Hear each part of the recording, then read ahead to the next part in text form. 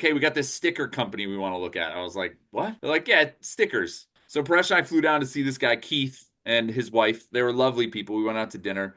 And you just ask them like, "Hey, how did you get started?" So how this guy got started, literally he was a large format printer. He was doing like bus signs and banners for companies.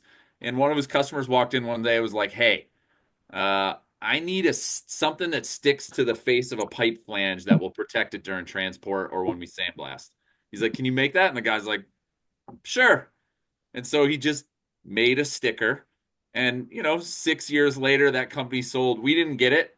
We actually got outbid. But that sold, I think, fresh 18 million bucks. We're in his shop. It's really nice, great people. We're like, "Do you have like an engineer or anything that's helping you design this stuff?" He's like, "Nah, no, no." He's like, "I got this design table in the back. You want to see it?" And it's like mad scientist. He goes in the back. It's just this wooden bench and he's got all kinds of shit all over it. And he was selling to like NASA and SpaceX, and I mean, just those kinds of stories are awesome. I mean, that one, we got outbid for, but really interesting little business with a hockey stick growth curve for sure.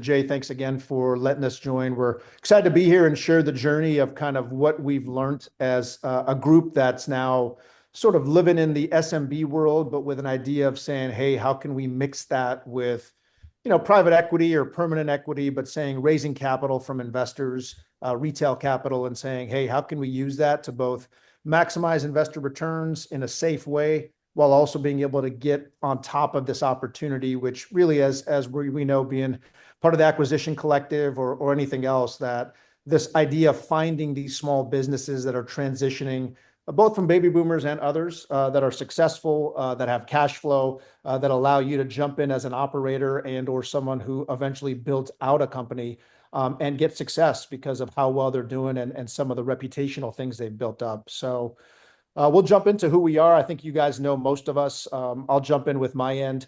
My background is healthcare, as you know. So been a physician in the gastroenterology space about 20 years or so, practicing in San Antonio for 10 years. And as I like to joke around with the guys, happen to be in the right place, right time, some luck and execution. So back in 2018, private equity got hot in gastroenterology. Physician practice management is the words they use. And essentially, my group I was the president of down in San Antonio of about 60 providers. Myself and about 4 or 5 other groups, both in Texas, Arizona, and Illinois, came together to form a platform called the GI Alliance, which, at the right time with all the capital that was out, we were able to basically roll up almost 1,000 GI physicians over the next 5 years. We recapitalized with Apollo in their hybrid fund in 2022, and I left, but then they had a final strategic acquisition of Cardinal Health about a few months ago. So it was great to see, and I realized, hey, I've seen the game on top of the game. And although I had some opportunities to hang around and be in the management side of GI Alliance, I said, if I don't do something now, I don't know when I'm going to do it. So I left about a year ago and transitioned, both looking for companies, and then I guess we'll get into how Blue Line came together. But part of that, my journey was going from a physician that knew nothing, couldn't tell you what EBITDA was about 10 years ago, all the way through the journey of saying, hey, this is what I really want to do, and excited to do it. And we're having some fun doing it at Blue Line Ventures. Yeah, my background, guys, for those of you guys who don't know me, I'm Chris Benson. Previous to Blue Line, I was part of a private equity real estate group. We bought and managed a whole bunch of self-storage properties across the Southeast. We did 4 separate funds. We had over 100 properties across 8 states, top 20 storage operator in the country. So it was a great experience. Learned a ton. I resigned at the end of 23. My partner and I were just headed in different directions, and I wasn't really sure what I was going to do. The lens that I kind of took leaving Reliant was I just want to do awesome stuff with awesome people. And I think the 5 guys that we have on the screen here, many of you guys know Joe Wexler, Bo McMahon, also Ingo Abundance, Mike Bernhardt is not. But we put together a really good crew. We're having a lot of fun. To Jay's point, though, the theory of buying businesses and looking at it and understanding it and the doing of it are very interesting. It's a big transition. Hopefully today we can share with you guys some lessons learned along the way. Please ask questions along the way so it's a go forward conversation. But at its essence, we created Blue Line Ventures in a effort to basically buy great businesses and help them grow. I mean, that's what we're trying to do. That's the story we're having with sellers. We're not trying to buy turnarounds. We have a pretty wide aperture when it comes to a buy box. But basically, we want a business that's been around for a while. I would say EBITDA between 1 million and 3 with margins above 20%. And ostensibly in interesting niche B2B markets that aren't going to be replaced by AI or Amazon. I would say if it generally fits that, we'll at least look at it. Yeah. It is a wide berth, but we've looked at everything from, I don't know, a couple weeks ago, we looked at a helicopter company that puts out forest fires. That was a really interesting one. Yep. Incredible margins. We looked at a doll company in the New England marketplace. They literally have made dolls for the last 125 years. So, Presh, I don't know if you have anything to add there, but I think our thesis is, hey, let's go find great businesses, and most of them feel like they have a very similar pattern. Yep. No, not much to add outside of just saying one thing I think both Chris and I, and maybe the others didn't anticipate was how much fun it is to actually go to meet these owners and get out there. We talked about those companies, aggregate companies. We're in talks now for a cool one where they're actually sourcing secondhand CT scans, MRIs, and servicing them and putting them back out to other businesses like vet companies and just across the spectrum. And the people that do it, that entrepreneurial spirit, that wackiness that I think all of us have. I'll speak for myself. It's fun to see and participate in. And I can tell you some of the best things we've done is we go out and meet these people at their companies and see their life's work and what they do personally and professionally, which is a big part of what we do at Blue Line, trying to get to know people, making sure we have the right fit. Because as we'll get into, our goal is not a cash out. It's more of a cash in, meaning we get some liquidity for the people that we buy companies from, but then we go with them for a few years to really get industry knowledge and build around them for their eventual exit. So it's been really cool. And I think, as Chris will tell you, we got story after story, if you want them, of people we've met. That's why I stopped screen sharing. I'm going to tell a fun one. So Paresh and I, there's two that come to mind, kind of top of mind. Paresh, I'm going to tell him about the sticker company. So we we had this company that came across our desk. I can't remember the exact numbers, but EBITDA margin was 35+% a year. And when it first kind of came through, and I think it was publicly listed, we got a sim for it. And when so Paresh and Joe are kind of doing the acquisitions, they're like, "Hey, we got this sticker company we want to look at." I was like, "What?" They're like, "Yeah, stickers." So what the guy made was like on the front face of a pipe flange, where you have the pipe flange and then you have the bolt holes around it. You have to keep that clean when they go through sandblasting or painting or transport or whatever. So Paresh and I flew down to see this guy, Keith, and his wife. They were lovely people. We went out to dinner. And, you just ask them, like, hey, how did you get started? And then they talk for 4 hours and it's awesome. Like, you hear the journey. But so how this guy got started, literally, he was a large format printer. He was doing like bus signs and banners for companies. And one of his customers walked in one day and was like, hey, I need something that sticks to the face of a pipe flange that will protect it during transport or when we sandblast. He's like, can you make that? And the guy's like, sure. And so he just made a sticker. And 6 years later, that company sold. We didn't get it. We actually got outbid. But that sold, I think, Presh, 18 million bucks. Million. Yep. Plus, So plus go forward stuff in the deal for them to really get a second bite. And we were in his shop. It's really nice, great people. We're like, do you have like an engineer or anything that's helping you design this stuff? He's like, nah, no, no. He's like, I got this design table in the back. You want to see it? And it's like mad scientist. He goes in the back. It's just this wooden bench, and he's got all kinds of shit all over it. And when people come in and are like, hey, can you make this? He's like, sure. And he just goes and tinkers around until it works. And he was selling to like NASA and SpaceX, and I mean, just those kinds of stories are awesome. I mean, that one, we got outbid for, but really interesting little business with a hockey stick growth curve for sure. Yep.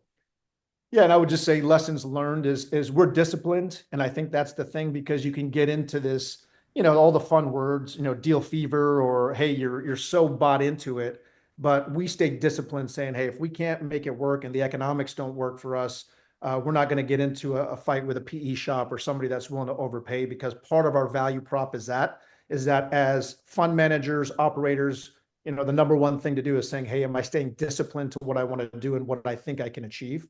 And I think that was one case because that company has all the potential in the world, and we had the capital to come back, but we said, hey, not sure if we can do it, and it doesn't fit with that, and we stand by those things when we say it. Yeah, for sure. Fresh, I think just a couple of these. He mentioned GI Alliance, but some of the experience. We got some experience in metal fab. Joe's building a really cool technology on the telehealth space. They built that from the ground up. I mean, all of these businesses have very similar themes. We'll talk about it, but guys, you know this, right? Like the reason I'm so interested and excited about the acquisition spaces if you invest in trends, generally, you can screw a lot up and it'll still turn out okay. And Brad Jacobs, if you've not read How to Make a Few Billion Dollars, it's a great one. And he's sort of a unicorn. I think he's taken, Jay, you may know this, but 8 companies to the $1 billion mark, something like that. So it's bonkers. So XPO Logistics, United Rentals, he's done like 500 M&A transactions. He's nuts.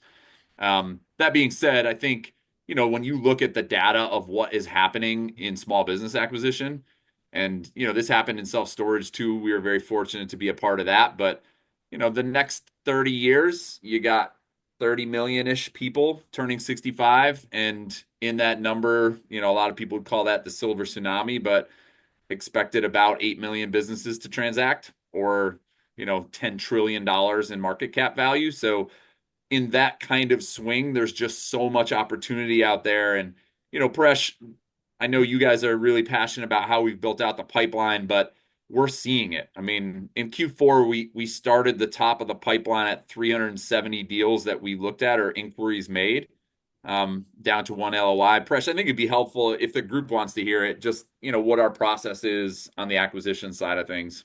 Yeah, yeah. If you stop sharing, I'll jump into it. Well, guys, I think this is one of the most important things that, we have three things I would say here.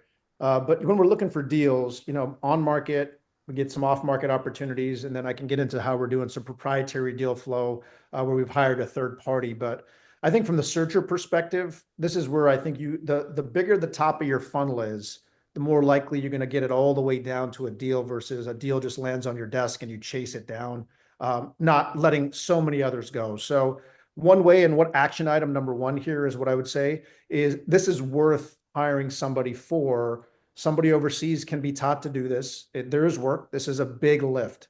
So we had somebody that was doing this for us, and we really built out systems. We built out a dashboard. We were doing all these things. We realized, hey, we need another person, and this person was eventually going to exit, which they did. So we're building it ground up again. But to get to those touch points, to get to one quality deal that we actually do an LOI on, you saw the stats, right? So let's say 300 to 400 looks. So that person can really, my action item to you, if you're doing this, is getting that person, building them up, and then having them own the top of the funnel. And I'd be happy to share our best practices for that as we go deeper. But I think that takes off some of that burden from you and allows you to see the deals. So the deals Joe and I see, then I'll let you guys jump in here, are the second part of the funnel, meaning that they've already met the basic criteria. And then from there, I think as the acquirer, you can take those deals and move them forward in your pipeline based on how it's going. So what I'm really saying is maximizing the use of your time. Jay, any thoughts there? Yeah, so I was going to ask you, the deals are these are on market deals? Is that what you're looking at, 400 on market deals to get one LOI? Yep, that's right. 400 on market deals to get down to one good LOI. And there's many reasons once they already reach the second part of the pipeline. Hey, we find out something on the broker call. That's usually the second part. We have a quick evaluation model to be sure it meets our basic metrics. And then from there, we dive into it before we get to IOI stage, generally with a call with the seller or if they have a process around that. So that person that's sitting there, that person is they're just inquiring, getting Sims, getting documentation, and then put it in the calculator for you, and then you make it comes to you, or what stage does it come to you?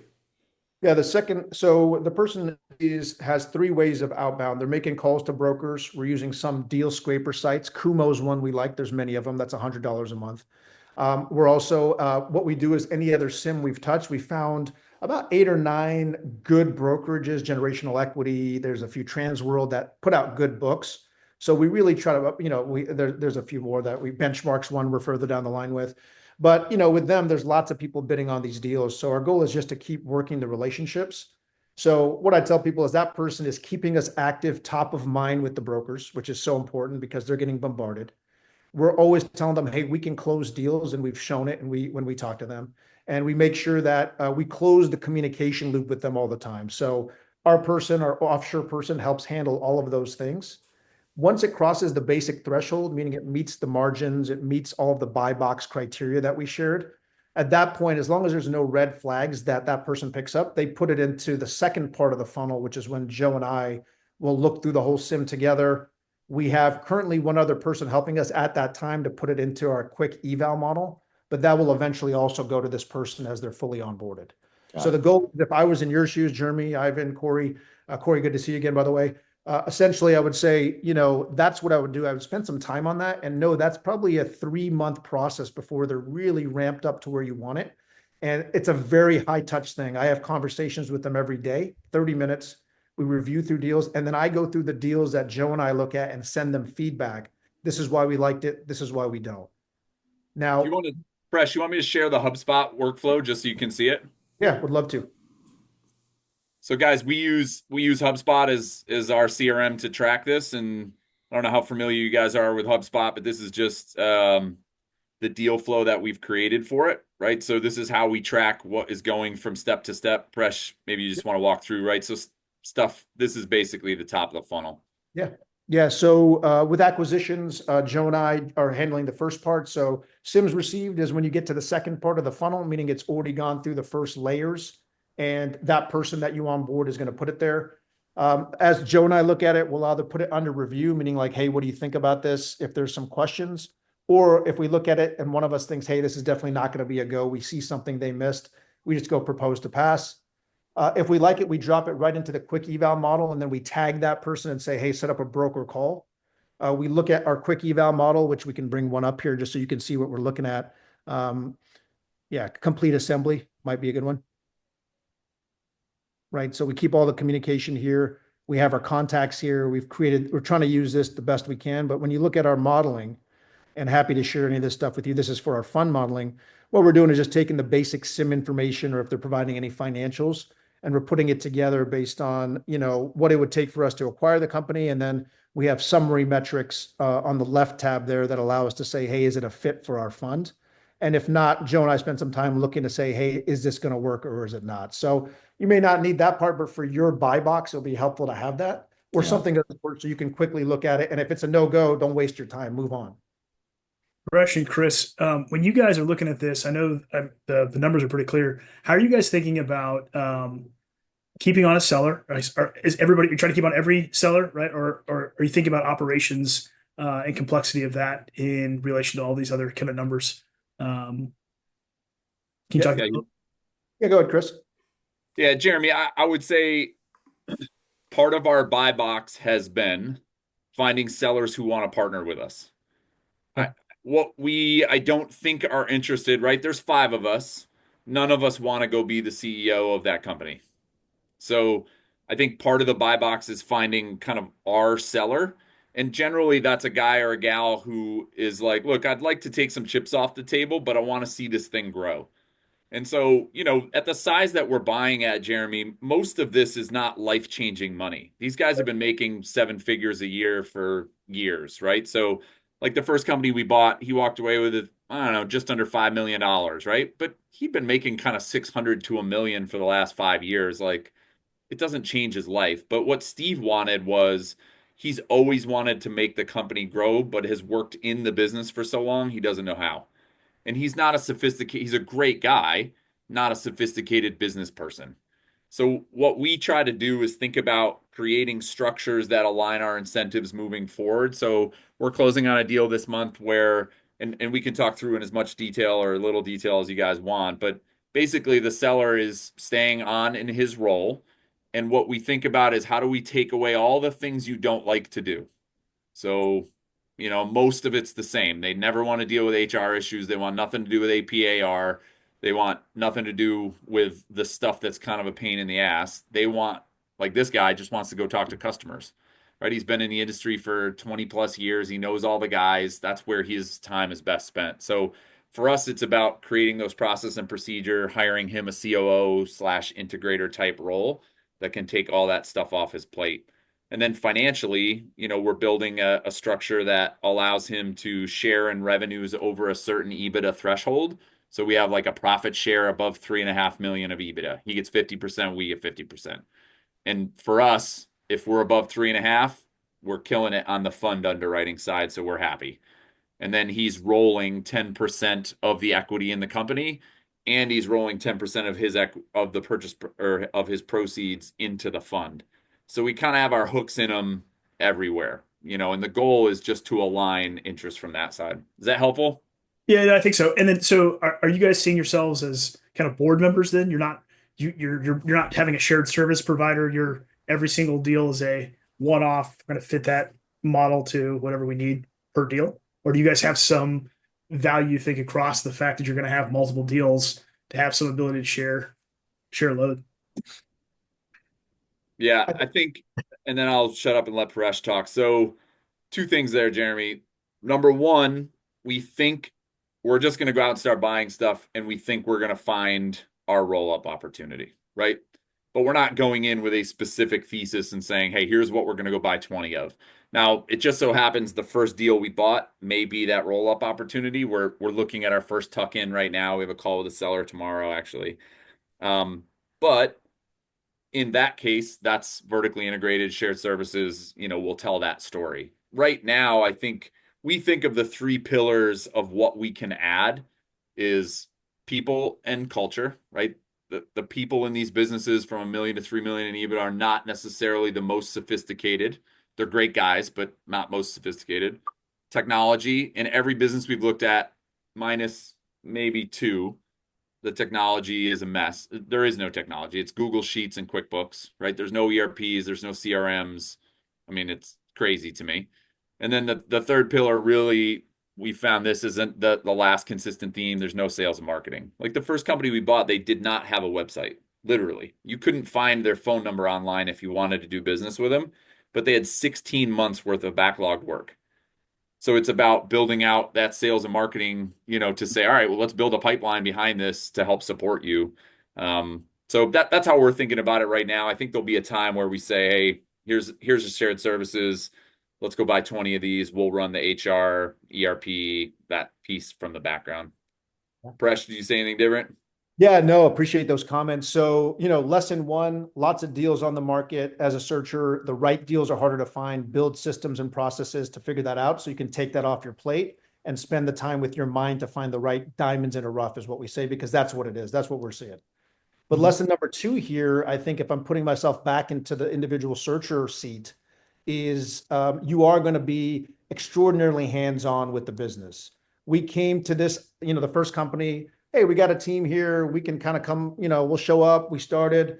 And then we get there and we realize, oh my gosh, we had a big cultural HR issue. Things weren't happening. The influence of the previous owner was changing because they realized he was more on their level. So you are going to be extraordinarily in and hands-on. And just, you have to, I think Jay has said this many times, learn the business once you're there, the people, particularly the most important part. Because once you understand that, to steal some of Jay's words, but what we say also, you'll know who the A players are and the people that are buying into what you want to do. You'll realize the people that might not work. And then you're going to figure out over time, how do you really grow that? And then what is your role going to be? Or you're going to find that operator to help you, which is what we're trying to do.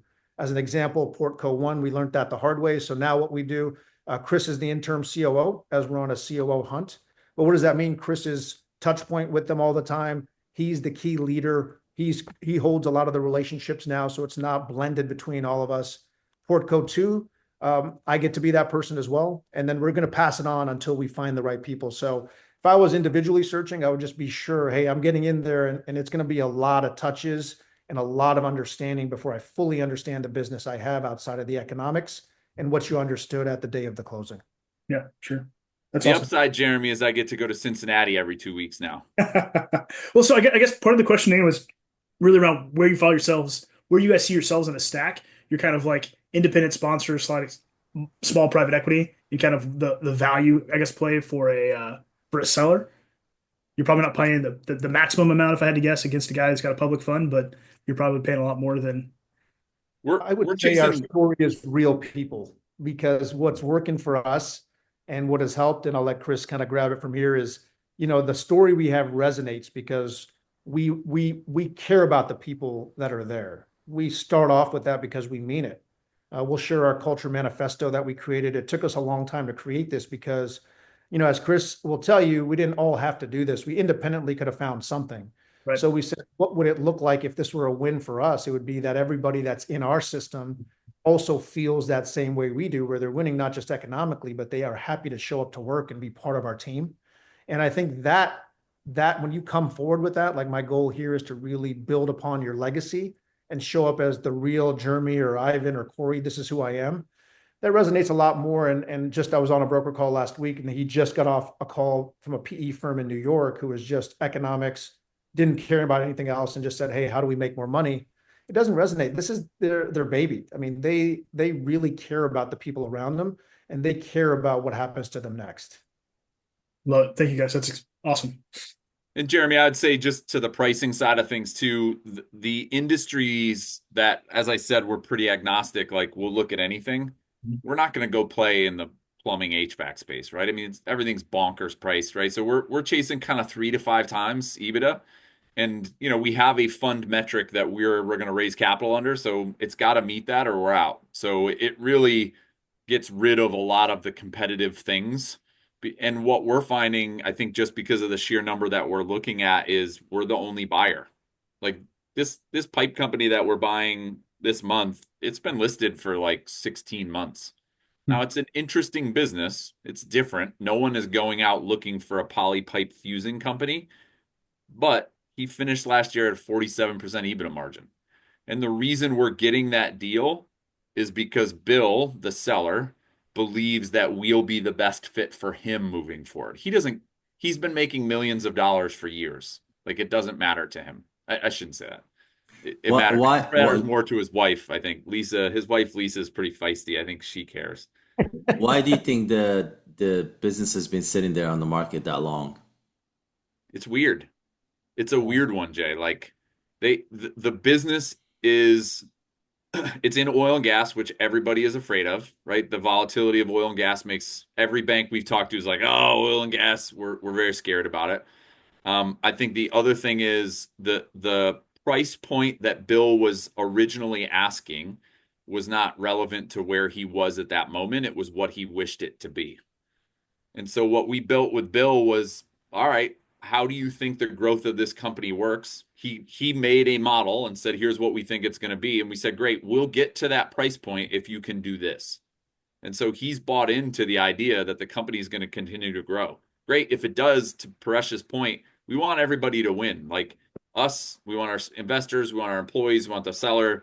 So I think part of it is understanding truly what the seller is trying to do and then building a structure around that. But Jay, it's a business that there aren't guys out specifically looking for. Yeah, it doesn't fit, any box, and then a lot of times people, it's very common, and a lot of time people just see something funky or see that the pricing is too high, and then they just literally dismiss it and walk away, and they don't even try to have a conversation with the seller. I think what we're finding too, sorry, Preston, I'll shut up, is like it's pattern recognition, right? We're seeing these businesses where it's like, okay, blue collar business, not a lot of technology, not a lot of sales. He has zero sales. Who's Chris? What's that? Yeah, you're good. You froze for a second. Oh, sorry. I was just saying he had no outside sales and marketing. But the pattern we saw with him is Bill, the seller, was very similar to Steve, the seller, who was the company we bought before. And Paresh and I would say he's our kind of guy, but like you feel it, right? You meet them and you're like, okay, that's one of the guys. Like, and what is that profile? Describe that profile. That's a good question. I would say the big thing that we're settling on is they are maniacal about quality. They care about one thing and they care about it a lot. Like Bill knows everything there is to know about pipe fusing. He's involved in the industry standards for it, and he's super passionate about it. And so in the industry, he's created a brand around that. Steve, the seller of the sign company, same thing. Like he cares about the quality of the gas station signs they install. And what we have found is that's what transitions with you, right? With the change in seller, what the customers know is these guys are high quality, and we're able to charge higher rates above other people because they know the job's going to be done well. That's the first thing that comes to mind. Presh, I don't know if anything else stands out to you. No, no, that's it. I would just say before we move on. So lesson number 3, in my opinion, if I was a searcher, which comes down to deal 2, is do what other people are not willing to do. So as soon as we had some back and forth with them, Chris is like, "Hey, I'm just going to come out there and meet you." Odessa, Texas, right? Who wants to go out to Odessa? Have you Talk. watched Landman? You Yeah. guys watched Landman? Yeah. It's just like that, minus the murder and the hot chicks. It's kind of it's Yeah. kind of the same. Like that, minus those 2 important points. But but I would tell you, and a couple of things Chris said. I think if I put my independent kind of, I'm looking for a business, my searcher hat on, it's kind of like, and I know I had a conversation with Corey around this. There are still some businesses, even in these roll-up strategies, that we're not going to look at. But if you're an independent searcher looking for things, you can find them because you create a relationship and they get to know you, and they will take less turns or less, a multiple that's less from somebody they trust and care in the right market. Or many of them, as you hear from them, they're like, "Hey, we don't want to even talk to PE. We know many people get acquired a plumbing company, half the people leave within 6 to 12 months, and then somebody's starting a new one." So those opportunities do exist, and I think they just take relationships. And I think the biggest lesson I've learned is this is a people game more than anything else. So if you get the people game right, you start to get things that people say, "Hey, that's surprising," but it was the real part was they actually got to interact with you as a person. And once they get that part, I think you get a lot of things start to shift in your direction because they see what you want to do and they're happy to work with you because they know who you are. Yeah. So let me ask you this, since we talked about the profile of the seller, that maniac around quality and focused around the experience of the client or the product, how do you think through the concentration of essentially the value of the business? There's a high concentration in the seller himself, so essentially the brand of the business is the seller, the quality, the expertise, the knowledge, the value prop. What is the kind of how do you think about the risk of like one day gets hit by a bus kind of conversation? How do you solve for that? Yeah, I'll start here, Presh, and chime in. But in the instances where we've executed, if the seller died tomorrow, it would be bad, but it wouldn't be catastrophic. So, like in Portco #1, Presh mentioned it's a gas station sign installation. Well, if Steve, the owner, died, there's another guy who's been there 26 years that we allowed to buy equity in the company. Now, if he dies, we have, 30 field guys who kind of know what they're doing, but it would be bumpy until we could replace him, right? But um, we have some duplicity around who that person is. The same thing in the pipe fusing company. There's a second guy who knows everything and is doing the work. The seller is the guy who built it. He's got a lot of customer relationships, but so does the second guy. So I think we look at it as where is that risk, Jay? It's a great question to ask and understand, and it's also why we don't want the sellers to leave. If he gets hit Yeah, by a bus, for sure, it's yeah. terrible. You But know, you know, Paresh will appreciate this example because he's a foodie like me. But it's very hard for a chef to get two separate restaurants, Michelin stars, to in two separate places. Usually, you only get it in one, and it's because of that, maniac focus on quality and obsession over the details, and it's very hard to kind of like go and do that again somewhere else. And so yeah, so an interesting, especially when you're a niche and there are not that many people that do that thing. So it's not like there are 100 Steves or 100 of those guys out there that you can hire. But yeah, that's part of like the value. That's part of like why are you getting the deal and why are you getting it at that multiple, and that's part of what makes that deal available to you. Yeah, and I would just say to that, outside of what has been said, there's no way to get around that risk completely. But a couple things on potential Portco 2, if the documents get done, we're shooting for early June. It should be done. A couple of things we did, we're never going to be the smartest people, as Chris has said, at any of these industries. But what we do is we try to get smart. And one way we did that is we found other experts in the space, talked to them, paid them for their time, said, hey, what do you think about this? And just, coincidentally, this person had actually been out to this company we're buying and actually presented to them years ago and knew everything. And we said, hey, what happens in these issues? Oil prices go down. We don't have the relationships, but if I put my hat back on for being sort of an independent searcher, I would say, yeah, the goal is as part of that, hopefully nothing happens in the short term, but to say, hey, I have to look at this of trying to get as much of the relationships and the institutional knowledge that I can understand out of their hands over the next few months. That's why we like this tie-in that we talk about all the time, because it gives you that opportunity versus sometimes the deals are set up, hey, you'll hang around and you don't want them around day to day in the office stuff if your deal is set up that way. But you definitely want to be around enough so you really understand how the day-to-day works and how to make sure you own at least most of those relationships or get access to them, because companies will suffer if they're not around. Yeah, that makes sense. I'll let you continue, Chris, with your slides. I don't remember what we were talking about. Yeah, you were in the funnel. You were in the funnel, actually. We didn't get to see it all the way. Yeah. And Jay, we can post into the group chat like Yes, the quick please. underwriting model. Yeah. Whatever you guys want, you tell us. All of it. We'll do it. Yeah, please, all of it. I guess what I would just kind of wrap up with this idea is just, man, there's a huge amount of momentum here. There's a lot of deals. There's a lot of transactions that are going to take place in the next decade or so. And, it's why we're here. This is the part that was most fascinating to me as a real estate guy, right? Jeremy, Ivan, you guys aren't real estate guys, are you? I'm a recovering real estate guy. I'm doing some commercial real estate. Okay. And Corey, I know you come from the operational side too. This was what blew my mind, right? Is the cash flows, if we're buying at 4x EBITDA, right? That's generally like a 25 cap. And in real estate, that doesn't exist, right? I mean, like that is a world that does not exist. So when I first started looking at this stuff, I was like, what? Like, how could there be this much cash flow here? And I think it's just where the market has valued these, right? Jay, to the risks that you mentioned, there are real risks there for sure. But what it's allowed is for the pricing to be in a range that, as a real estate human being, I'm not used to or seeing. The last self-storage facility we bought, it would have been a 26x EBITDA, rough and tough, right? Like that's the value we bought it at.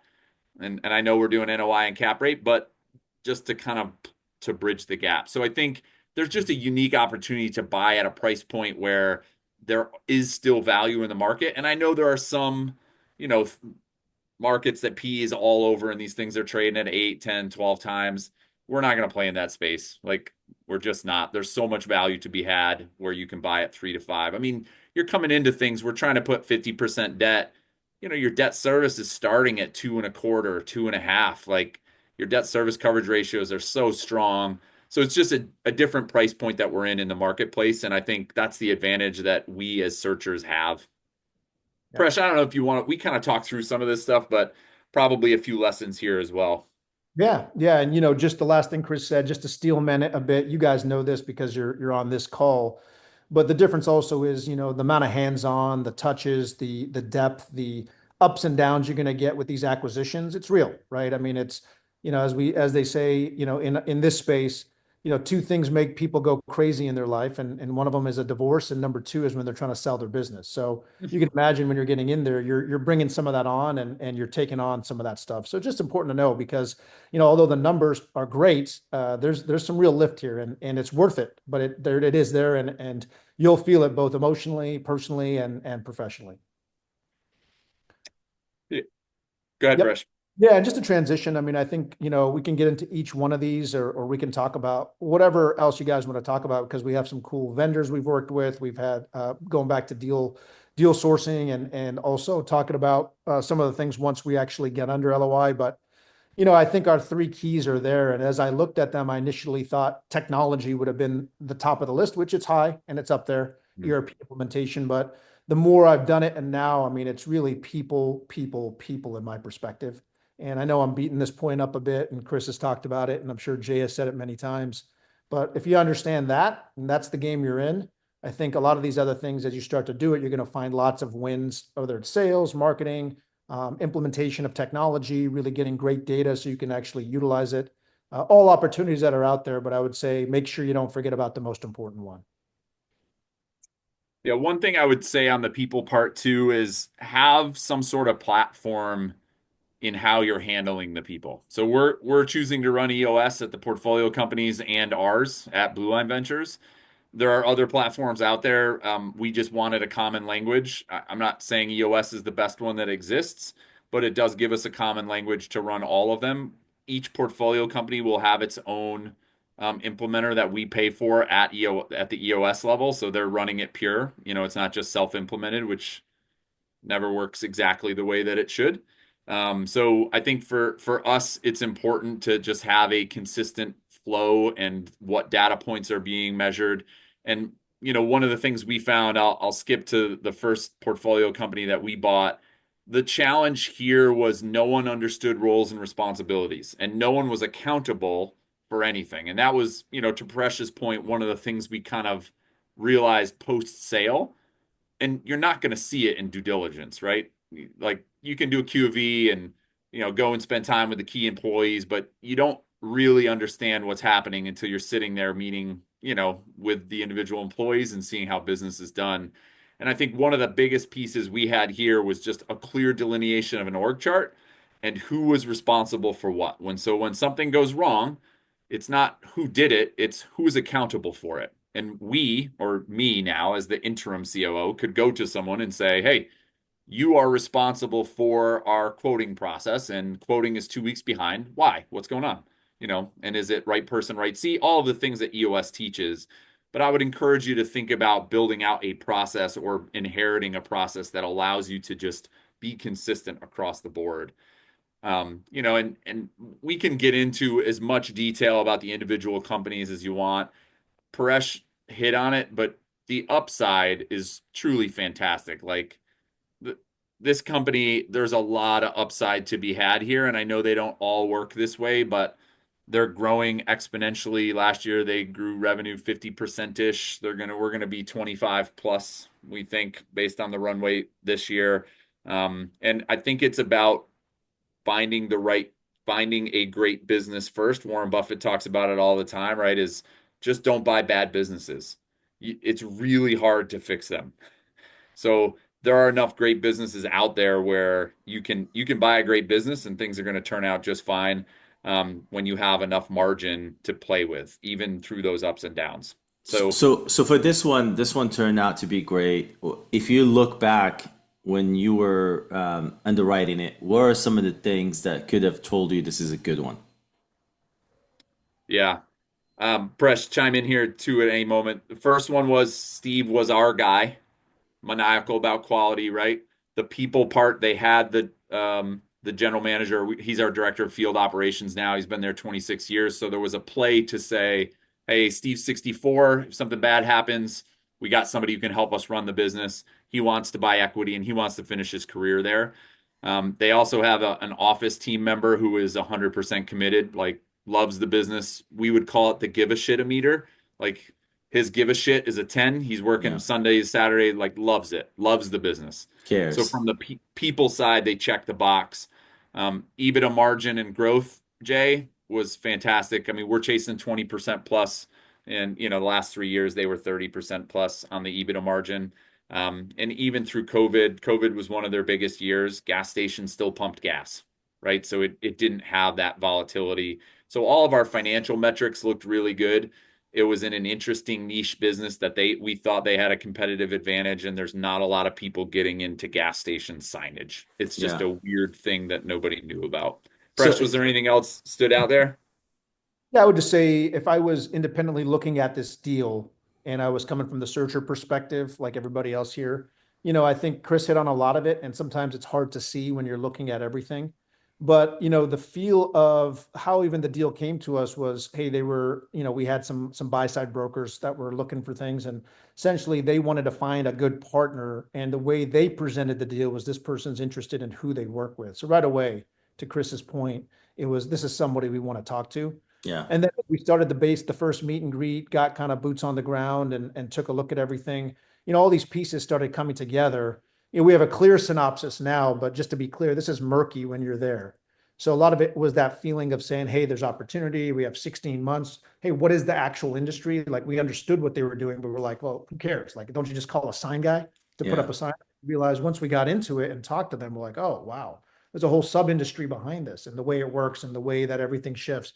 So as it got more sticky because of that, and we understood that actually this is a relationship-based business, lots of opportunity, and nobody's really thought about, hey, is there any other bigger play here over time? I think all those things led us there. And then there's that last moment, which is the leap of faith. Hey, did you do enough?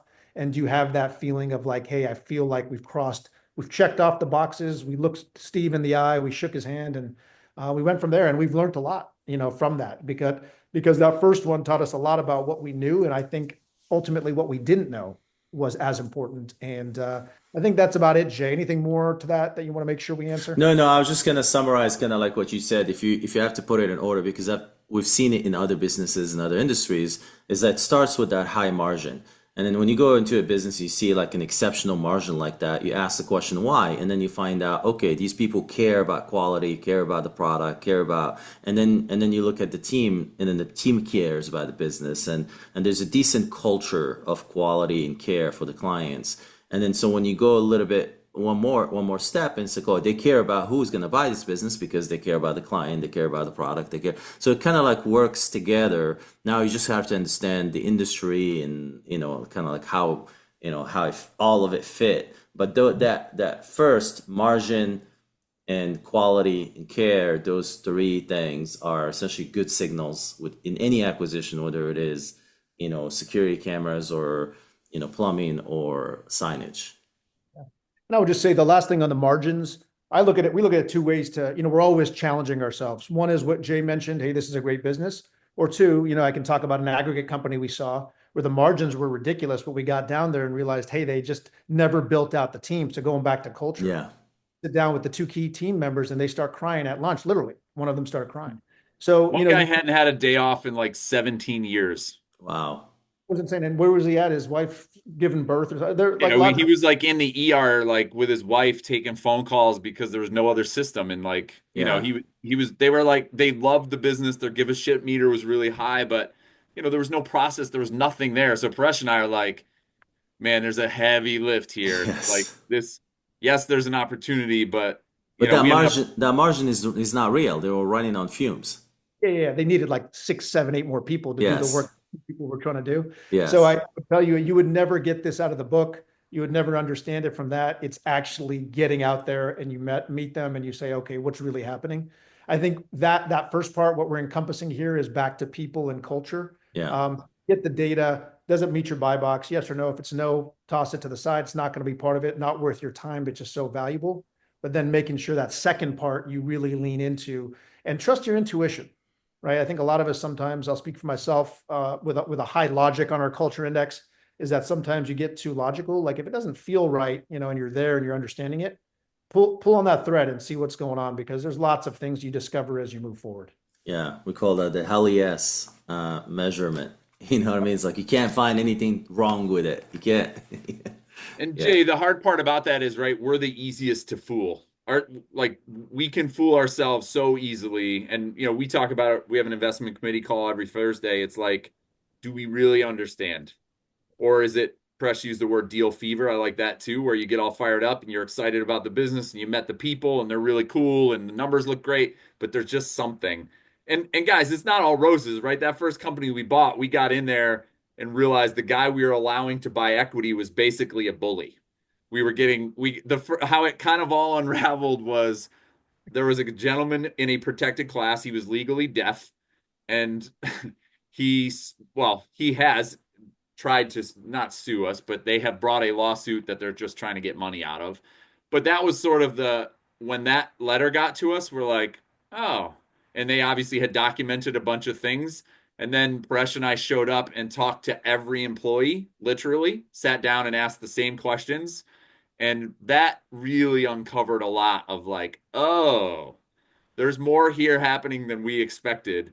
And we'll end up paying to get this guy off of the case basically. He's just chasing money, but it's where you truly understand what you have in the people. And there's 30 people there, right? And it's a blue collar, rough and tumble group. But the guy who's running it would not fit under our culture manifesto, what we believe is needs to be true for us. And one of our things is the no asshole policy. We don't care who you are. If you are an asshole, you will not work here. And that Paresh and I sat across from this guy and said, look, man, you're the most important guy at the company. And if you're an asshole, we're going to fire you. And we put him on a performance improvement plan, and he's been awesome. Like, it's been the first time, and he said it. He's like, guys, no one's ever developed me as a leader. He's like, I worked here since high school. So we sent him to an EOS Great Bosses workshop, right? And it's the development that we care, that we want to manage you up, not out. We don't want you gone. But, you don't know these things, due diligence, Excel, seller dinner, until you're in it, you start talking to everybody, and then sort of you peel the layers back. Now, Jay, he was an asshole, but they were still at a 35% EBITDA margin. Yeah. When Paresh and I said it, it's not as fun to have those conversations when you're at a 10% margin, just skimming by, and you have a guy who's burning the company down. Yeah. Yep. So just some things to consider. Full contact sport. That's all I can say. Well, I think that in that case, I would say I would revise the asshole kind of the definition, because this guy maybe rough around the edges. I wouldn't really. It's like he just needed some coaching. Send him to the how to make friends and influence people course. It's tough, but that's good. So let's go to the next one, the next deal. Sure. Press, you want to pull it up, or you want to talk about it while I'm pulling it up? Yeah, Excel Fusion. So we are. You can't say that, actually, Press. They don't know that it's for sale. Right. They do not know it's for sale, so please do not repeat this, even if you see. Okay. But we're deep under LOI. So I'll walk you through the whole process here, because this one came all the way through the pipeline. So, Nice. this got acquired by the first person on the funnel, which was the deal sourcer. Came through to the second part, which went through everything we talked about. So we initially started the whole conversation, talked to the brokers, asked some of the questions. They had a great book, I think, Trans World, if I remember correctly. Went through like, why has this deal been on? What's been going on? We went through our underwriting, got to our full underwriting, and this one had some ups and downs. We initially had terms agreed upon, and then essentially as you'll get into this stuff, going back to the deal fever or the confirmation bias or the want to close a deal, came back to us and said, hey, the deal's off the table. I think I can do things on my own. And then to Chris's point, what we did there is figured out a way that worked for him that didn't affect us. So saying, hey, how do we have you participate in the upside? So Pipe Fusion Company, been around for many years. I think 2013 kicked off. The current owner, Bill, essentially had known this. He's been in oil and gas most of his life, and said both in North Dakota and in Texas, and saw this opportunity and got to know this company that actually helps create some of these machines. You can see one of them there at the top picture. And essentially what you're seeing is them fusing the pipe, right? So the company is set up in a way where, you are, let's say, Shell Oil and Gas. I got a big oil refinery in, somewhere deep in the Permian Basin. I need to run oil 50 miles from where it starts to the other way.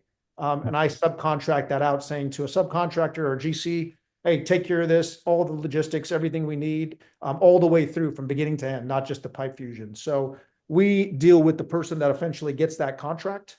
And we like that B2B, right? It kept us away from the direct person that we were being involved with. And, what we realized too, as we went through, we're just kind of a rounding error on the size of the projects, right? It's not a huge amount. And that they had really had great price discoveries. We went further to figure out where that number actually made sense. So, and then that's how it started. So the whole thing works. So the financial part, checked the list.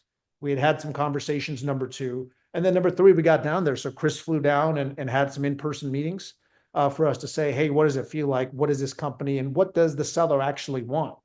And I think from that conversation, we said, hey, this guy, Bill, is our guy. He talked about maniacal quality. I think most of us have been down there now. A good example of that was when, an employee made a mistake on something. And although there was no issue with the pipeline, which had then been buried, they went back and fixed it at no cost because of the fact that their reputation and the quality mattered so much to them. And it was so small, nobody else would have picked it up, or they would have left it. Those type of stories really made us feel like, hey, this is our kind of person. And then from there, yeah, we got through. We made went back and forth on sort of our purchase price and landed on around 4 point. I think actually it's around 4.6 to 4.8 now, and the economics fit. And essentially, we got under contract. And I can walk through from there, but that's how that deal came to us. Yeah, maybe a good lesson here too was what we learned from the first one, background checks on all the key employees, not just the seller. We use a service. Bo used to be a FBI trained negotiator, so we got something that basically pulls everything from the public record for them and their parents. Our number two guy here had some very interesting social media usage, but the difference is we knew it before we bought the company, right? So, it's amazing, first off, what is available on the public record. I mean, man, you can find some stuff out, but I don't remember exactly. I think it's like $4,000 a person. Perhaps that sound right? But man, that is worth it, right? For your key employees that you're about to go into partnership for a $13 million business to spend 20 grand to go get background checks, no brainer. And so, Bill and Lisa were clean. Him and his wife, their background checks were fantastic. Everybody else was fine, but the number two had some stuff that, we just said, like, look, we're not going to do this, so you can choose to be a part of that or not. And ultimately, he's going to stay aboard. We'll see for how long, but it's good to see that stuff before you've gotten into bed with them, for sure. Yep. I'll jump into it, Jay, if Yeah, that's keep helpful. going. Yeah, keep going. So LOI, and the first thing we did, quality of earnings. So we used Hollywell, which I think I mentioned on the chat. Yeah. Highly recommend them. So $20,000 for what we would call a QofE, somewhere between light and full, I would say, where they essentially, did a full quality of earnings on 3 years, pre-transaction. And it was amazing. Took about 2.5 weeks. They were very involved.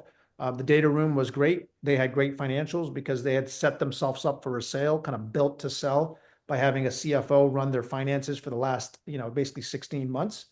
This is the company. This is Portco 2, and essentially came back with no adjustments needed, surprisingly, right? Like, so yeah, and I think what they touched like 3 million in EBITDA last year or something of the sort. That's So right. it was incredible to see that, they had really, really dialed it in. So I would recommend, so, kind of go into another teaching lesson. If you're going to use somebody, Hollywell is a great example. We're using a second firm just to build out our vendor list this time. So if they're good, we'll let you know. Nice. But I would say that once that got through, that was our point of saying, hey, this is great. Everything we thought now lines up with the economics. And then from there, it really became about structure. So parallel path with legal documents getting to go, right? So we had the APA, OA, employment agreements, a lot of the other stuff that comes with schedules. But once we had that, we said, okay, we're in the right range and we have the right company. And so from there, we got the documents going back and forth. We did another site visit. Bo and I went down to walk through. And another part of the quality of earnings that's great is it actually breaks down the company into pieces that you can understand in much more depth. So we got a great list of the vendors. We got to really look at key customers over the last 3 years. So when we went down there, we could have those conversations together. And it helped us walk through this. Hey, tell us how you own this relationship. Walk us through beginning to end. If I need fusion, how does that look if I call you, and how it starts, and all those things and many more. So I would say that part was very integral for us to do that. And as Chris said, we had the background checks going real time and other things. And now we're really at the point of just getting the final documents done. So meaning that the turnaround on documents, just like any sort of legal entity, it's they have comments, we have comments, and just making sure that we cross the T's and dot the I's. So how did you think of the working capital? Because these are B2B contractor, it takes a while to get paid. So, and maybe not. So I'm curious, what's the working capital situation here? yeah, I mean, it's an interesting company. I mean, they basically bill weekly, so the WIP isn't that high. It's basically, it's based on footage. So once they're done, they just bill it and the invoice is out. Okay. Part of the quality earnings was great. We actually had no real issue on working capital, which came down to, I think, about $1 million, if I remember correctly, total Really? in the just to have. Yeah. And that was right in this business, and not all are like this, I can tell you. I don't think we're gonna have some issues on this next one, I can tell you. But the point of it was that because they had spent the time to set up the finances right, Yeah. they already had predicted what they thought it would be, and it just aligned with that. Basically, when we had the convo on them, they said, okay, you know what, that's right around the range where we thought it would be as well. So it wasn't a very difficult conversation, but generally speaking, we anticipate most of the discussion points that can get heated are around working capital. So I would tell you, all right, Corey, see ya. I would tell you it's great. And Hollywell was really helpful for that because we broke Yeah. it down. Once we walked through it with them, they're like, yeah, this makes sense. Okay. It- So Jay, I think go ahead. our experience has been working capital conversations has been more about educating the seller on what it is and how we came up with the number, Yeah. and then having a discussion around where they thought maybe there was some leeway one way or the other. Okay. And are you getting some? Are you getting some working capital on this one? Yeah. You Yeah. are. Okay. So it's coming. Okay. Got it. Yeah. I mean, it is interesting because, in this case, you're saying the guy is running a tight ship. He's got a CFO. He's on top of it. He's paying, getting paid weekly. He's billing weekly. And I'm assuming is like 30-day. That's how you got to the million with 12 million revenue. So it's, Yeah, I'd have to go back and look at the calc for sure, Jay, but it's somewhere in there. yeah. Okay. Well, Basically, but that's really good, actually. That's really, I'm impressed. The other one was the same, the signage one, Same in what way? like the payment cycle. Is it that quick also? Yeah, they progress bill as well. Like they have three stages of the sign install that they're billing on. Okay. So there's dollars that are coming in along the way. I would say in both of these, the AR is pretty, I don't want to say not relevant, but it's a very, very small percentage, or sorry, the bad debt is a very small percentage of their revenues. Okay. Bill, I think he's been 14 years, the business has been in business, and the biggest issue they had was a contractor owed him like 400 grand, and the contractor went out of business, went bankrupt, and Bill was just low on the list. Yeah. But what Bill has said is, look, and the same thing with CMV signs, their vendors are the same over and over. Yeah. So whenever a new vendor comes in, they're doing cash on delivery, right? Like it's like, hey, we'll show up when you give us a 50% deposit if they don't know you. But for the customers that they've been doing business with for 10 plus years, there's not a lot of surprises on are they getting paid or not. Got it. Yeah, no, it's not necessarily the bad debt part. It's mostly like how much capital you're gonna need to run this business, and it seems like they're pretty on top. They're on top of it. Yeah. Yeah. For the Cool. most part, I think that's true. But to Chris's point, and I'll just kind of wrap this up with that, unless there's more questions, as everybody's heard from Jay and many others, there's a lot of education and sort of discussion points because of how it affects the purchase price and potential liquidity. So just important to really get around it and get in front of it early is really what I Yeah. would say. Advisor and saying, hey, what we did with the broker was like once we got the number, we immediately sat down with the brokers and said, hey, these are the numbers we're seeing. Can you confirm it with the CFO? They went back. There were some parts of it that they said, hey, what do you think about this? But we were right around the range we thought we would be. So there wasn't much back and forth, but that's not always the norm. Yeah. What are some of the learnings? So I know you guys shared a lot of learnings, some surprises, some things that you guys learned that you guys are implementing moving forward.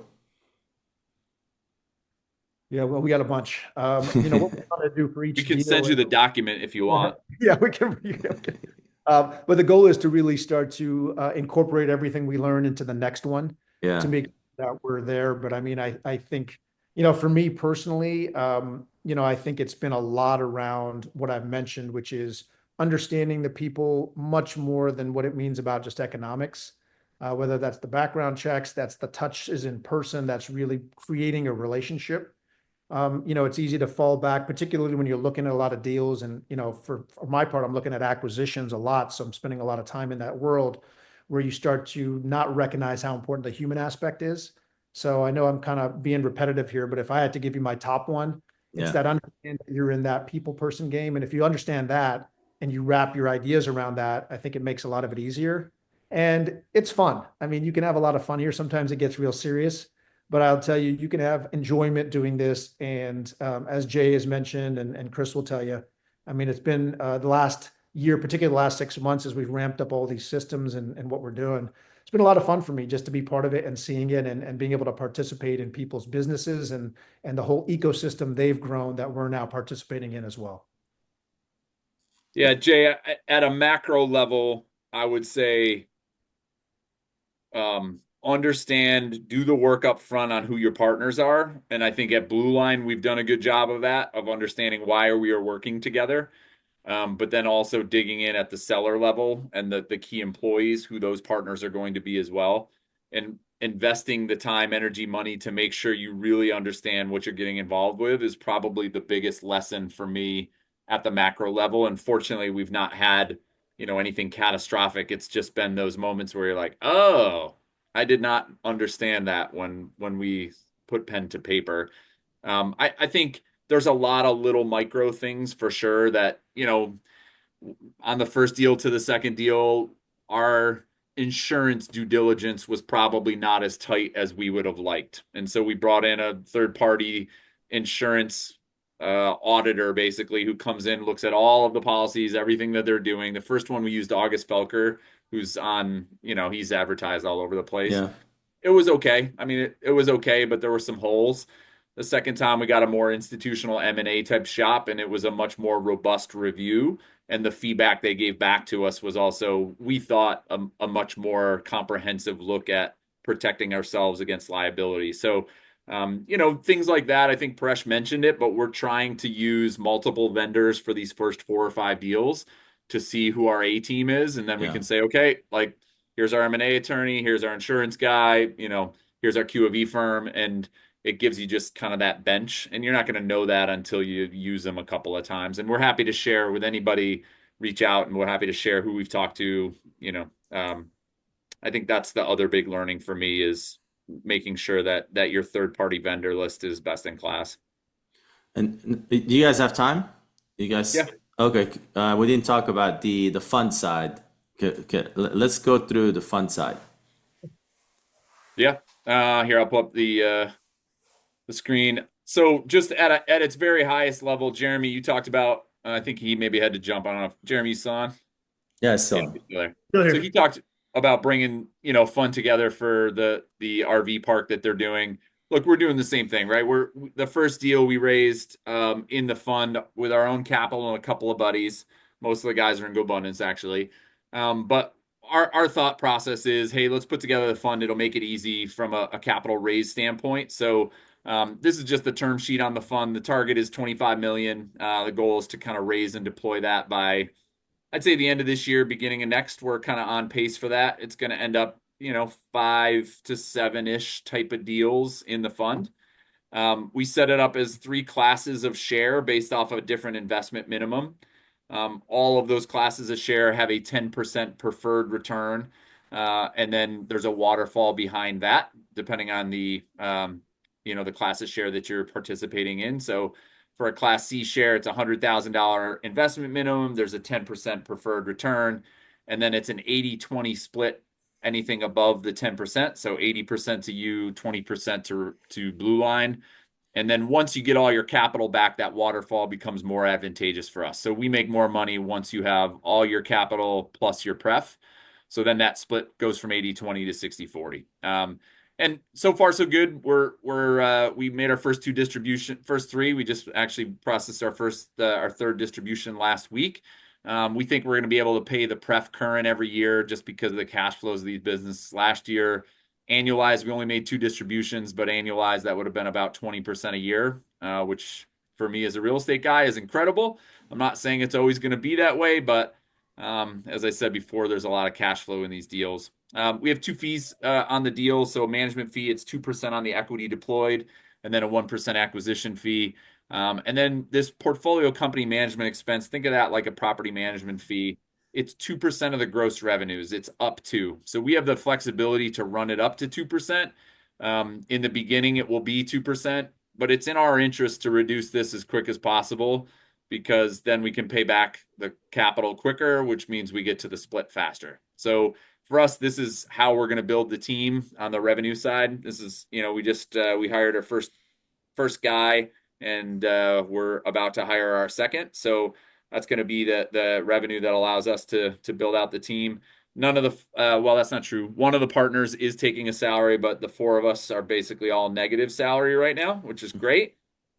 We get to pour money into this thing, and hopefully at some point we'll make money in the future. But right now it's just about building out the team. We're doing distributions on a quarterly basis. Right now we have just under $1 million in the fund. that 37% isn't relevant. I got to update that anymore. But we think we're going to end up about 10% of the fund. So if we raise 25 million, probably 2.5 is going to come from us. And everything else we'll raise. We expect it to be 10-year hold. And this is one thing we didn't really talk about, Jay, but I think most sellers do not want to hear, hey, I'm going to be in this thing for 3 to 5 and turn it. They want to hear something around permanent equity. Are we going to hold everything for 10 years? Don't know the answer, but if these things cash flow as strongly as they do, most of our investors are going to be perfectly happy getting their capital out and then sitting and just collecting a distribution check. So this is the fund at its high level. We're basically raising and buying. So our second tranche is full for this second deal that's about to close. Our third deal is under QofE, right, or under LOI, and we're doing our QofE now. So we'll expect to probably raise capital for that as we go into June. But they're small check sizes, right? So they're kind of $3 to $5 million on the checks. So, we'll probably end up with 5 or 6. And yeah, it's working pretty well so far. We're excited about it. And, if you guys are interested in participating as a passive LP, by all means, reach out. Happy to send you the full deck, and, you can dig in, and we'll jump on a call however we can. Chris, how much debt are you guys putting on these companies? Yeah, so targeting 50% of the purchase price. So, on that $12 million deal, or it's just under 13, we'll end up with kind of 6.5-ish is where the term sheets are today. Our goal, Jeremy, is to kind of keep everything at 50%. We're not doing anything on the LBO side where we're levering up 4 or 5 times the EBITDA. It just, Presh was a part of that with GI Alliance, and man, you can make some money, but the risk there for what we want to do, kind of the long-term hold, it just doesn't make sense. And to be quite honest, as a real estate guy, the debt has been very attractive from traditional banks. We've been using traditional banks, Jay, not SBA or anything like that. But the banks, the pricing, amortization, no personal guarantees. This one, we may have to put one. They didn't like oil and gas. But for the most part, pretty attractive financing. The other vehicle that you can use, depending on what kind of collateral you have, this pipe fusing deal, we have a equipment financer who's looking at the deal right now too, kind of like hard money loan in the equipment finance space. But actually pricing is pretty good. In our models, because the interest rate is not as important as the AM. Like, I'd rather have something we can stretch to like 6 or 7 years and pay another 150 basis points, and it makes more sense on the model. So what is the amortization right now from a traditional bank? 6, 7 years. 6, 7 years. Okay. Fresh, we got one, I think Texas Securities 5, but we're pushing them to 7. We'll see if we get it. But yeah, if I'd say 5 to 7 years feels like, and it's P&I fully amortized throughout, so it's not like you're doing IO. It's P&I throughout, so at the end of the 7 years, you've paid it off. Oh, wow. That's aggressive. And then there's no 10 years out there? If you guys have them, let us know. Okay. What are the rates? Any partners? What are the rates?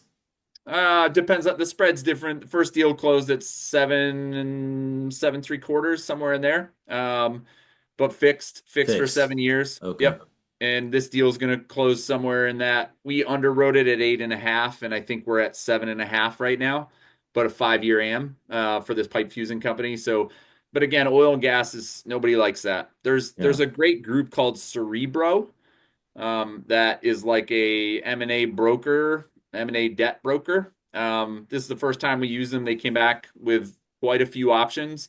The oil and gas turned a lot of people off, but maybe an interesting option for you guys out there looking to bring in. And the fee structure was pretty reasonable as far as debt brokers go. And what is the projection of returning capital? Is it, return it with 5 years, 7 years? What's the projection? Yeah, so and I'll send you the full deck, but we did basically a sensitivity analysis. So, we did a sensitivity analysis that essentially broke down 3 different scenarios here. So we had like our base case. I don't want to call it worst case, because worst case is you lose all your money. Yeah. But an underperforming, and then this is the upside. This is the upside scenario. So upside, downside, base side, or base case. So we're projecting in our underwriting model that money should be back before the end of year 6, and that does not include any sort of capital events. So this is the downside scenario that I'm showing you. So this is what we think the worst case scenario is. So this assumes that I'll skip a couple of these things. Revenue growth is -3% on all of our portfolio companies, and we bought 9 and we take 3 bankrupt within year 3. So in that scenario, as long as we can hold the 20% EBITDA margin constant and we're selling them at a half a turn less than we bought them at. So this is what we're saying is a pretty bad scenario. If this happens, Blue Line Ventures will no longer exist. Right? I mean, this is our first fund. We cannot make this happen. But even in that scenario, in year 10, it's a 2.25-ish equity multiple Yeah. and a 12 IRR. And if you look at the cash flows across the bottom, we're starting at 8, which we're already outperforming that. But we feel like even in the downside scenario, you're in the mid-teens pretty quickly.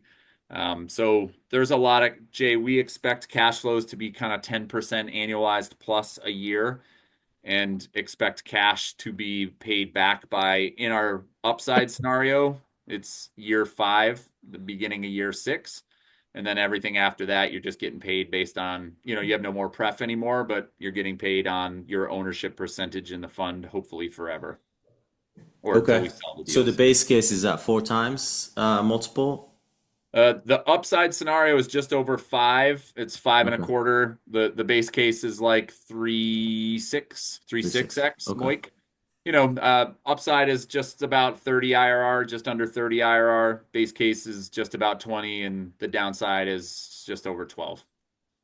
Got it. The key in all this modeling, and Jay, you talked about it already, is look, deals can do poorly, but as long as you can hold the margin constant, that's Yeah. the key. So every dollar that comes in is still a profitable dollar. You may have less of them, but as long as we can hold that profit there, these deals do really well, even when things go really, really bad. Yeah. Especially when you have, a long period you have time. You Yep. don't have a lot of leverage and you have patient capital. So those are good things. Yep. Yeah, the only thing I'll add is, Jay, we've been offering this to all groups, but if anybody's part of the acquisition collective per se, and they want to invest with us, if we cross any thresholds independently, meaning you don't need an SPV, if people want to put money in or they're like, hey, we want to get behind you guys to get into space. And by the way, you can access us anytime for information, education, doesn't matter about investing. We'll cross over that threshold based on the group collective coming in. So as an example, if you cross 1 million, we can get you to the Class B shares. We've offered it to other groups, and if people are interested in coming in, we can do that for you as well. Awesome. Cool. So yeah, send me that deck. Yep, be happy to. Any questions, guys? Yeah, appreciate you guys hanging on so long. Yeah, I know yeah, that it was was a lot of great. talking. We you, probably could guys. have done 2 hours Yeah, on this thank you. call because Impressive. there's so much good stuff. No, I I have a few got my questions. questions in. Thank you, guys. Um, I have a few questions. One is like, all of you guys full time, all 5 of you, or are you still trying to wrap up whatever you were Dude, doing I'm before? wearing the shirt, Ivan. If I got the shirt on, it's my only job. That's for the Zoom call. Hey, we created something that there's a whole nother conversation around it called the partnership charter, because a lot of us came from interesting partnerships, meaning the partnership at Blue Line Ventures. Took a lot of work. It puts a lot of expectations out in front of you and creates a living document. And one of those things is we created a mantra of this being our one thing. So 3 of us currently this is our one thing 100% of the time. That'd be Chris, Mike, and myself. And then Joe, who has other companies, is divesting them actively, right? That's going to take time, whether or not it's 12 or 24 months. And Bo also, who has a lot of ground up real estate, is no longer doing new projects. And once they come online, is going to divest. For all of us, the goal was if we're going to put our time and commitment and energy into this, this is the thing we want to do. And in Chris's favorite words, the magic wand scenario is 5, 10 years from now, we have a massive amount of deals and we're kind of a real fund that does it our way. So we're getting there, Ivan. I mean, I think the idea is there, and then just 2 of the partners slowly are moving in that direction as well. But I can tell you, they're both spending full time on Blue Line Ventures plus that other stuff. Thank you. That's awesome. Well, thank you guys for joining the call. We'll probably have to do this again because there's probably a lot of stories that you haven't shared yet, and there are more stories that will come. So we'll probably do this periodically. So thank you for sharing your insights. Thank you, Yeah, guys, reach out if there's any way we can help. I mean, even with vendor lists and that kind of thing, as you guys go through this process, by all means. Yeah, Hey we'll Sam, do. when you guys are finding these businesses that actually need operators, send them down to us like peons at the bottom, right? Jeremy, you want to be the COO of a sign company in Cincinnati? It's not high on my list, but if it was in DFW, I'm all in. So But that he would be interested in the helicopter one. I looked at that one. No, I looked at a couple Oh, helicopter you ones. looked at it. Okay, Yeah, never mind. gotta make money. All right. Thanks, All guys. right. All right, All guys. right, Thank guys. you. Thank you. Thank you. Have a good one. Thanks. Bye.